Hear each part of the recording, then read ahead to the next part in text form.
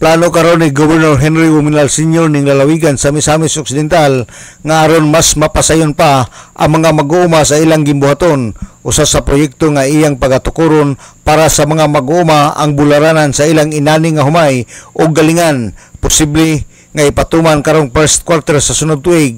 Nakita ni Uminal nga dunay pay kulang sa ayuda nga iyang gihatag sa mga mag-uuma kini ang bularanan sa humay ug ang galingan nga ibutang sa matag lungsod ug syudad. Matod pa ni Konsehal Sani Uminal, chairman sa Committee on Agriculture ug Social Services, nga nakita ni Governor Uminal nga dunay kulang ang mga farmers ug iyang nahuna-hunaan nga magbutang siya og bularanan ug ingon man galingan sa humay nga ibutang matag LGU aron dili na mahasol ang mga mag-uuma. Aniya ang tipikong kabahin sa pamahayag ni Konsehal Sani Uminal.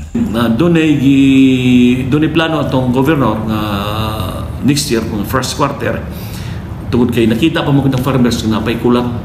So kung kulang ni dong kining atong bularan bitaw, kay nag-harvest magod. Ang mga farmers ngita pa layo kung asa mo bulad. Di pag magbulad pag uga mangita pag na silang askin sa mo galing, so gastos pa sila. So gihimo ni sa tuwang kuan sa atong governor para at least malibre din sila tanan, bularan o kanang galingan. So, tukod ang atuang kuan mo provide atong province, headed by Gov. Hindre, sa mga equipment ng kinas ng farmers. So, ang pagtukod na ni kuan dong per LGU ni siya.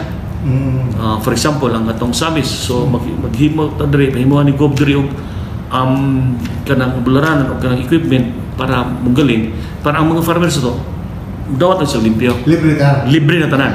Si Konsehal Sani Uminal, alang sa DXDD Radio Kampana, ang radyo sa simbahan, WD45 Dudong Barcaminto, Danag sa Dakbayan.